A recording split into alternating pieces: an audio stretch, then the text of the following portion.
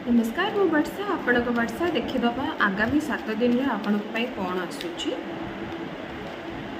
Okay किछि emotions को आपण बहुत टाइम है फाइट करूँ कि आपणकर प्रोफेशनल लाइफ रे किछि कंपटीशन आपण फेस करूँ जोटा कि आगामी 7 दिन रे क्लारिफाई हो क्लीयर हो आपण को किछि गोटे बड़ अपॉर्चुनिटी आसीबो।